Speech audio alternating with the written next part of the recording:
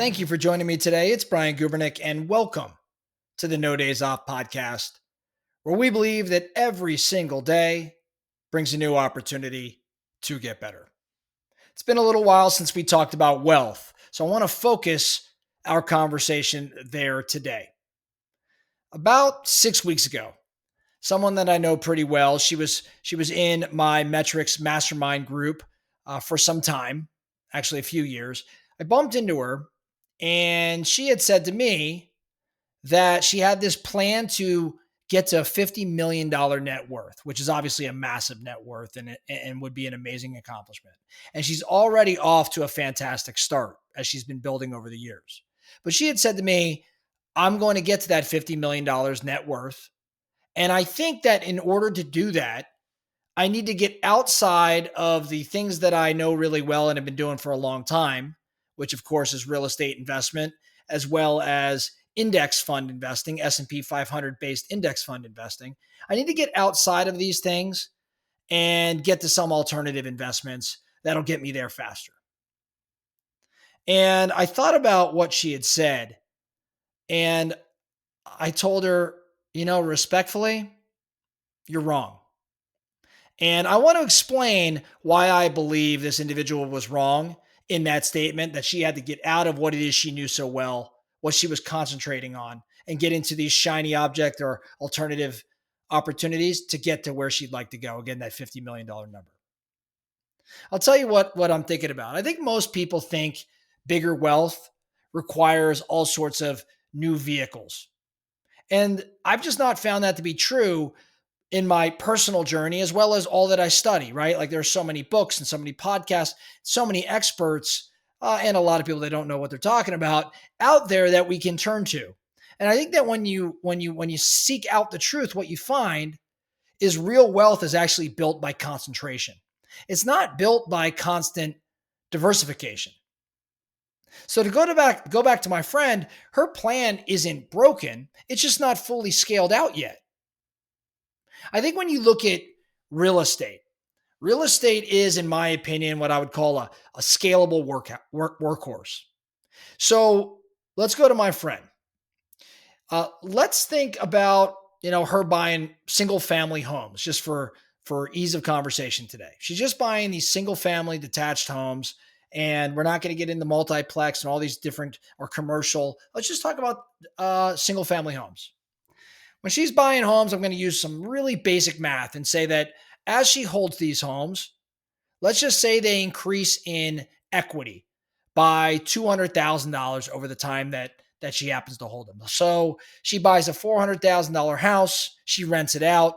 That $400,000 house grows to $600,000. So it picked up $200,000 in equity. She's also going to have, cash flow. Let's call it $300, $500, $700 a month in cash flow, which is going to be leveraged to create more wealth. But we won't focus so much on the cash flow right now. Let's just talk about net worth. Okay. Because that was the goal, 50 million. So every home she buys is going to appreciate by $200,000, and she's going to have that $200,000 in equity. At 100 to 150 homes, which is a lot of homes, but just stick with me. That means she's got 20 to 30 million in equity alone. She already knows how to do this. She's been buying homes. She's been underwriting properties. She's a real estate professional.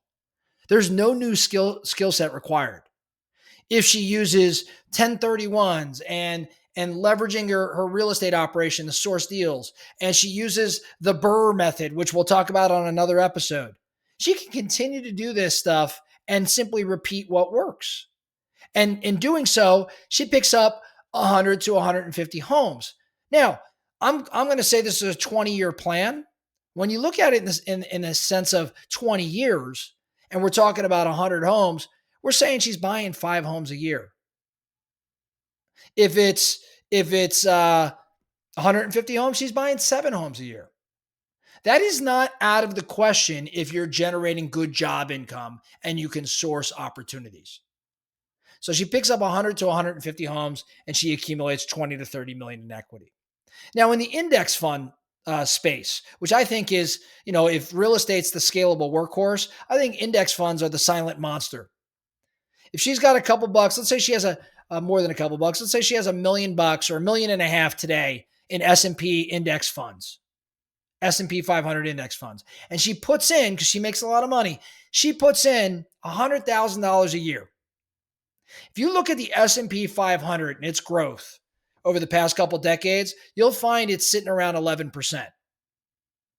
So an 11% rate, she already has $1.5 million, and she's able to take a portion of her income, which $100,000 a year is not a small amount. I understand some listening may be thinking that is way out of the question, but I'm just trying to demonstrate the path to 50 million here is to remain concentrated and not diversified.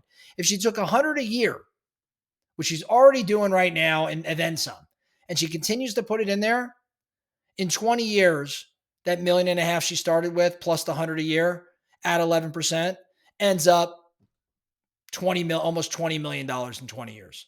That's totally passive, zero effort. And this is the wealth preservation and growth machine that most people ignore. So when you combine these two paths, real estate plus index fund, which is where she's been spending her time and what she's become a master of, where does she land? She lands somewhere in the $50 million range. If you take what she does in real estate, what she does in index, what she already has, she's going to be at 50 plus in 15 to 20 years. And that's, to be super clear, that is all without chasing crypto, without chasing mineral rights or hard money lending or whatever the newest, coolest thing happens to be. Now, to be clear, I'm intrigued by all of these alternative investments as well. And I'd be lying if I didn't say, I have some investment allocation to some different things that I'm learning about or I'm venturing into to diversify a bit. But I don't allow that to impact positively or negatively. It'd be nice if it's positive, but I don't really need it to positively or negatively impact my ultimate goal, which is constructed around the things that I know, which again are real estate, especially long-term hold, single-family homes, those things that I know, plus index fund investment, which is simply set it and forget it. So the $50 million goal doesn't require new investments. It just requires better execution of what's already working. I don't really think you need more ideas. I think you need more scale. You need more time, and you probably need more consistency. So my challenge for everyone listening here today, just using this example, and it may have not been applicable to you, but there's some messages here that very much are. I want you to audit your focus. Audit your wealth building focus. Are you, craving this diversification and going after all these shiny objects? Or do you truly have focus on one or two or maybe three things that you actually know at a high level? And you have the ability, the knowledge to be patient around, to allow to accumulate over the next, call it 15, 20 years to get to whatever your version of the $50 million goal is. Audit that focus. Do you have it? Or is your strategy broken? Or is it just under leveraged? I think there's lots of different ways to look at your wealth building. And I want to challenge you to go and do that. That's all I have for you today, the No Days Off podcast. Thank you so much for listening. And remember, every single day brings a new opportunity to get better. So let's get after it.